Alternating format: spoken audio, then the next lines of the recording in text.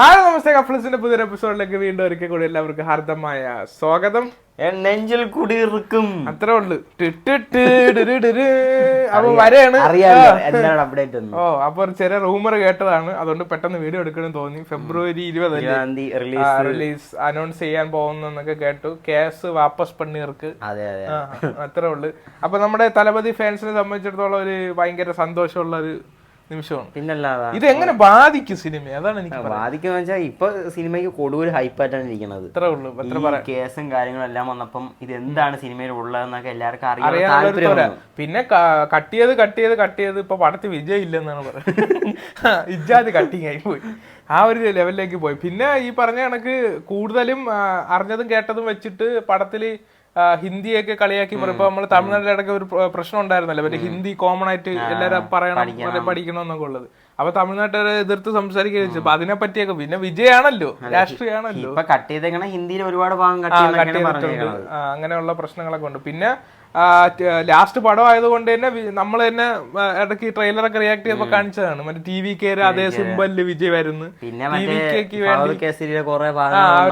ഭഗവത് കേസരിയൊക്കെ വെച്ച് നമ്മളെ ഇതാക്കിയതാണ്, ഫേക്ക് ഇറക്കി വിട്ടതാണ്. അതൊക്കെ കാരണം അതില് വിജയ് തോക്കും പിടിച്ചോണ്ടിരിക്കണ ജെമിനിയില് അത് തന്നെ ഇതൊക്കെ നമ്മളെ മാനിപ്പുലേറ്റ് ചെയ്തതാണ്. പടം അതൊന്നും അല്ല. പിന്നെ അതിനകത്ത് ശക്തമായ ഒരു രാഷ്ട്രീയം തന്നെ പറയും. അതുകൊണ്ടൊക്കെയാണ് ഈ പ്രശ്നങ്ങൾ ഇത്രയും ഉണ്ടായത്. പടത്തിൽ കാണിക്കുന്ന അവർക്ക് എന്താണ് പ്രശ്നം എന്ന് എനിക്ക് മനസ്സിലാവുന്നത്. പടത്തിനെ പടമായി കാണുക.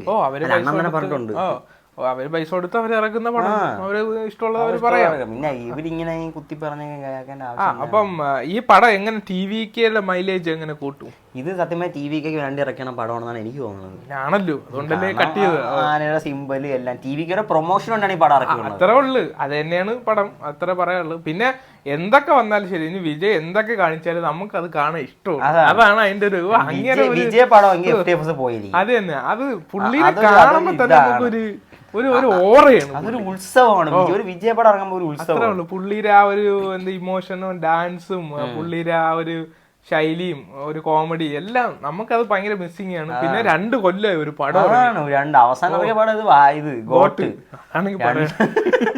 അതാണെന്ന് പറയണ്ട. മീശയും പഠിച്ച് താടിയും പഠിച്ച് മറ്റേ ഒന്നും പറയണ്ട. അപ്പൊ ഇതില് നമ്മള് പ്രതീക്ഷിക്കുന്ന കാര്യങ്ങളെല്ലാം കാണും. പിന്നെ ഇതിന് അനിരുദ്ധിന്റെ മ്യൂസിക്, അതാണ് മെയിൻ കാരണം. അനിരുദ്ധിന്റെ മ്യൂസിക് ഉണ്ടോ ഫസ്റ്റ് പോയിരിക്കും. അനിരുദ്ധ് വിജയ് കോംബോ. പിന്നെ പക്ഷെ ലാസ്റ്റ് എല്ലാരും കൂടുതൽ കമന്റിലൊക്കെ അന്ന് ആ ടൈമില് പറഞ്ഞായിരുന്നു, അതായത് ലാസ്റ്റ് പടം ലിയോ മതി. കാര്യം ലിയോ ഒന്ന് ഇജാതി പണ്ണലായിരുന്നു, അതായിരുന്നു ലാസ്റ്റ് പടമെങ്കിൽ അങ്ങനെ നമ്മൾ സ്വീകരിച്ചേനെ. പക്ഷെ ജനനായകനിൽ കാര്യങ്ങൾ കാണും, എല്ലാ സംഭവങ്ങളും കാണും. അനിരുദ്ധ് നല്ല ഒന്നാന്തര മ്യൂസിക് ആണ് കൊടുത്തേക്കുന്നത്. അവസാനത്തെ പാട്ട് ഇതുവരെ ഇറക്കിയിട്ടില്ല, മറ്റേ ആ ഒരു സാധനം. അപ്പൊ ഇത്രയും സസ്പെൻസുകളൊക്കെ വെച്ചിട്ട് പടം ഇറക്കാൻ പറ്റില്ല. അപ്പൊ 20-ാം തീയതി എല്ലാം വരും, എല്ലാം ഓക്കെ ആവും നമ്മൾ പ്രതീക്ഷിച്ചിരിക്കുന്നു. കുറെ നാളുകൊണ്ട് ഈ മാസം തന്നെ വരും എന്നൊക്കെയാണ് പറയുന്നത്. പിന്നെ അറിയാലോ, നമ്മളെ ചുറ്റുപാട് നാട്ടുകളിലെ എല്ലായിടത്തും FDFSന് നല്ല റേറ്റാണ് വാങ്ങിക്കുന്നത്. കുറച്ചൊക്കെ അവസാന പടമല്ലടാ, സെലിബ്രേഷനും കാണും അതിനനുസരിച്ചുള്ള. തീർച്ചയായിട്ടും അവരെല്ലാരും ആഘോഷിക്കാനും. ഇന്നാളെ നമ്മളെ മറ്റേ ഇത് കാണാൻ പോയപ്പോ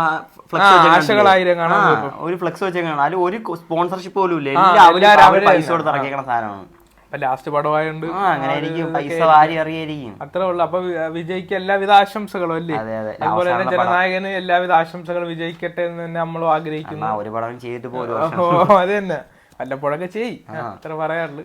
അപ്പൊ കൂടുതൽ വിശേഷങ്ങൾ അയച്ചാൽ സബ്സ്ക്രൈബ് വെച്ച പുതിയ വിശേഷങ്ങളുമായി ഞങ്ങൾ ഉടനെ വരാൻ. Line cut.